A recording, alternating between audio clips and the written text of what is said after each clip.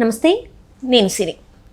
Game changer ఎవరైతే మన దర్శకుడు ఉన్నారో శంకర్ గారు అయితే ఏదైతే అవుట్పుట్ వచ్చిందో దాని మీద నేను అసంతృప్తిగా ఉన్నానని చెప్పేసి ఒక ఇంటర్వ్యూలో చెప్పడం జరిగింది. ఇందుకు అసలు ఎందుకు అసంతృప్తిగా ఉన్నారు ఏంటి అనే అంశాన్ని మనకు వివరించడానికి మనతో పాటు ఉన్నారు ప్రముఖ సీనియర్ జర్నలిస్ట్ యజ్ఞమూర్తి గారు. నమస్కారం సార్. నమస్తే సిరి. సార్, ఇప్పుడు చూస్తుంటే గేమ్ చేంజర్ సినిమా వచ్చింది, అయితే దానికి అనుకున్నంత అయితే రాలేదు కలెక్షన్స్ పరంగా. అయితే శంకర్ గారు ఒక ఇంటర్వ్యూలో నేను ఏదైతే అవుట్పుట్ చూశానో దాంతోనైతే నేను సంతృప్తిగా లేను అని చెప్పేసి తను మాట్లాడడం జరిగింది. దీన్ని అసలు మనం ఎలా చూడాలంటారు సార్?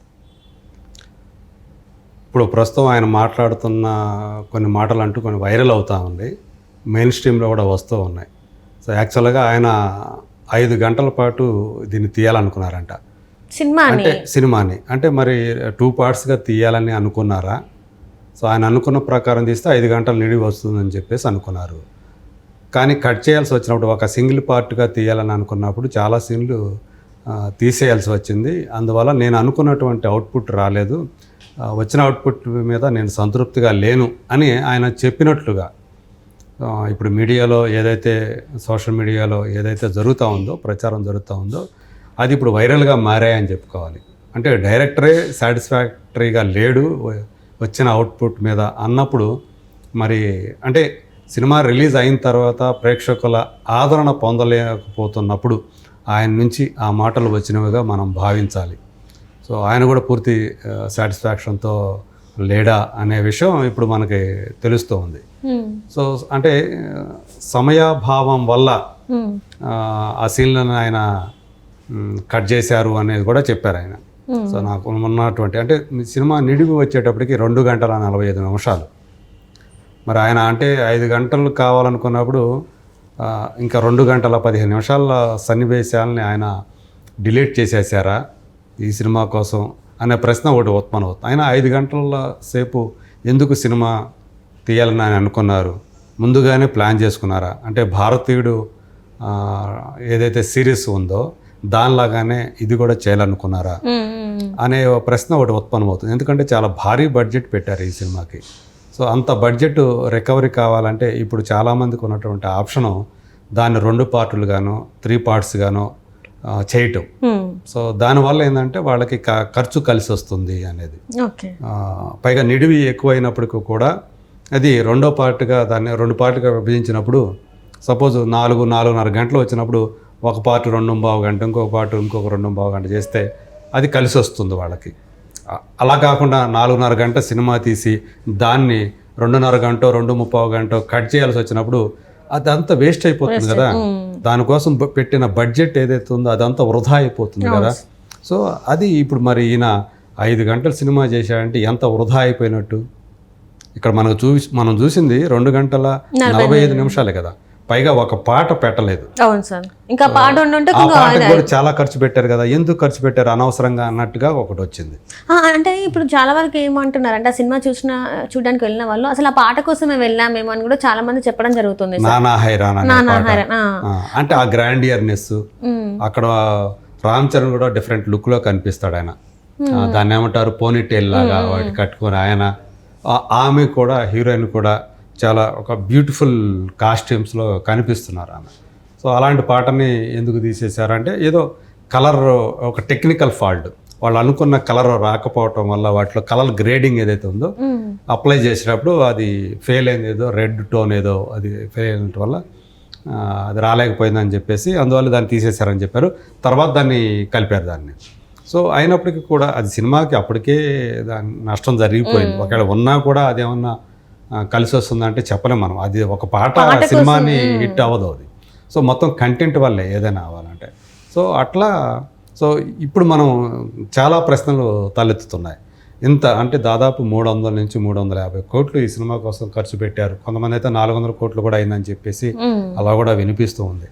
ఇంత డబ్బులు ఖర్చు పెట్టి దీని మీద ఇంతమంది బయ్యర్లు కానివ్వండి, డిస్ట్రిబ్యూటర్లు కానివ్వండి, పెట్టుబడులు పెట్టి ఇలా వృధా అయిపోవటం అనేది ఎవరికైనా సరే మనసుకు బాధ కలిగించేటటువంటి విషయం. సో ఇప్పుడు చూస్తే ఏదైతే శంకర్ గారు చెప్పారో అంటూ వస్తున్నటువంటి అంటే బహుశా తమిళ్ మీడియాతోటి మాట్లాడుతూ ఆయన ఒక ఈ మాటలు అన్నట్లుగా మనకు తెలుస్తూ ఉంది. ఏదేమైనప్పటికీ కూడా అంతిమంగా డైరెక్టర్ శంకర్ ఏదైతే ఆయన ప్రతిభా పాటవాలు ప్రపంచానికి అంతా తెలుసు, సినీ ప్రపంచానికి అంతా తెలుసు. సో ఆయన మార్కు, సో ఆయన అంటే ఏ సినిమా అయినా సరే ఒక విజువల్ బ్యూటీ అనేది ఆయన సినిమాలో కనిపిస్తుంది. దానికి కొనసాగింపుగా ఈరోజు సినిమా తీస్తే ఎలా కుదురుతుంది? ఇప్పుడు కాలంలో కంటిన్యూగా సినిమాలు తీస్తే ఒక రకంగా కానివ్వండి, ఎప్పుడో 90sలో వచ్చినటువంటి భారతీయుడు సినిమా మళ్ళీ ఆ తాతరే రావడం, ఆ ఏజ్, అవును, అది బాగా మైనస్ అయిపోయింది. అసలు అట్లా ఉంటారా మనుషులను? ఈ తరానికి తెలియదు భారతీయుడు, చూసిన వాళ్ళు చాలా తక్కువ మంది. సో దీనివల్ల ఆ సినిమా అనేది చాలామందికి కనెక్ట్ కాలేదు, అందువల్ల ఆ సినిమా డిజాస్టర్ అయిపోయింది.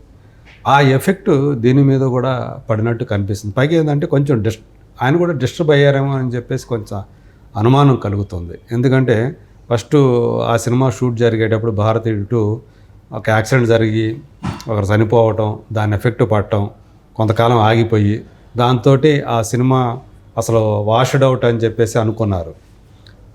ఈ సినిమా మొదలుపెట్టారు గేమ్ చేంజర్ని. సో ఈ సినిమా కొంత తీసిన తర్వాత మళ్ళీ లైకా ప్రొడక్షన్స్ వాళ్ళ ఒత్తిడి వల్ల మళ్ళీ ఈయన దీన్ని ఆపేసుకొని మళ్ళీ అక్కడికి వెళ్ళి దాన్ని కంప్లీట్ చేసుకొని రావటం, సో మళ్ళీ తిరిగి దీనికి రావటం. ఈ ప్రాసెస్లో మోర్ దెన్ 3 years గడిచిపోయాయి ఇది మొదలుపెట్టి. 2021 అక్టోబర్లోనో సెప్టెంబర్లోనో ఈ సినిమా రెగ్యులర్ షూట్ మొదలైంది గేమ్ చేంజర్. సో ఇప్పుడు చూడండి ఎప్పుడు వచ్చింది, 2025 జనవరిలో వచ్చింది. అంటే 3 సంవత్సరాల మీద ఇంకా 3 నెలలు ఎక్కువగానే టైం గడిచింది ఈ సినిమా షూటింగ్. సో ఈ ప్రాసెస్లో ఈ కంటిన్యూటీ అనేది కొంచెం దెబ్బతిందేమో, ఆయనకు కూడా కొంచెం స్ట్రెస్ అనేది చాలా ఫీల్ అయి ఉంటారు ఖచ్చితంగా, కొంచెం డిస్టర్బ్ అయి ఉంటారు. ఆ సినిమాకి ఈ సినిమా నుంచి మళ్ళీ ఆ సినిమాకి వెళ్ళటం ఇలా. సో దీనివల్ల దేనికి న్యాయం చేయలేకపోయారు. ఆయన కూడా మనిషే కదా. కానీ శంకర్ ఆయన దర్శకత్వ ప్రతిభ మీద ఎవరికి అనుమానాలు ఉండవు. కానీ ప్రస్తుతం కొంతమందికి ఒక్కొక్క బ్యాడ్ పీరియడ్ వస్తుంది. అలా ప్రస్తుతం శంకర్ గారికి బ్యాడ్ పీరియడ్ నడుస్తుంది అని చెప్పేసి మనం అనుకోవాలి.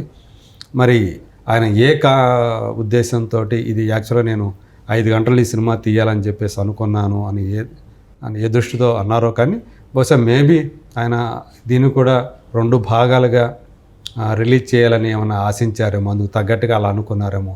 కానీ చివరికి వచ్చేటికి ఒక భాగంగా తీస్తేనే, ఒకే సినిమాగా తీస్తే బాగుంటుందని చెప్పేసి ఒకవేళ కలెక్టివ్ డెసిషన్ తీసుకొని దానికి తగ్గట్లుగా 2 గంటల 45 నిమిషాలకి దాన్ని కుదించి వేశారు. మిగతా అంతా కూడా చాలా ఎక్కువ, మోర్ దాన్ 2 hours కట్ చేసినట్టే అనుకోవాలి ఆ లెక్కనైతే. సో అదంతా వేస్టేజ్ అయిపోయింది. వీటన్నిటిని కూడా ఇంత కుదించేటప్పటికి చాలా ప్రశ్నలు, ఎందుకంటే కొన్ని క్యారెక్టర్లు అలా కనిపించి అలా పోతూ ఉంటాయి, అనేక క్యారెక్టర్లు. ఒక ఎంటర్టైన్మెంట్ కూడా సరిగా పండలేకపోయింది. వెన్నెల కిషోర్ కనిపిస్తాడు, 2 సార్లు కనిపిస్తాడు, ఒక పాటలో అలా వచ్చి మళ్ళీ కనిపించిపోతాడు.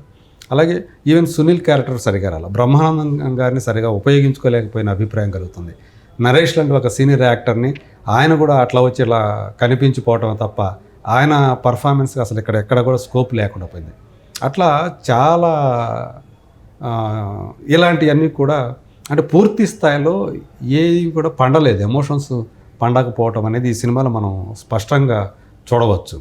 సో అదే ఈ సినిమాకి మైనస్ అయిందని చెప్పేసి మనం అనుకోవాలి. ఒక అప్పన్న క్యారెక్టర్కే కాస్త మంచి మార్కులు పడుతున్నాయి.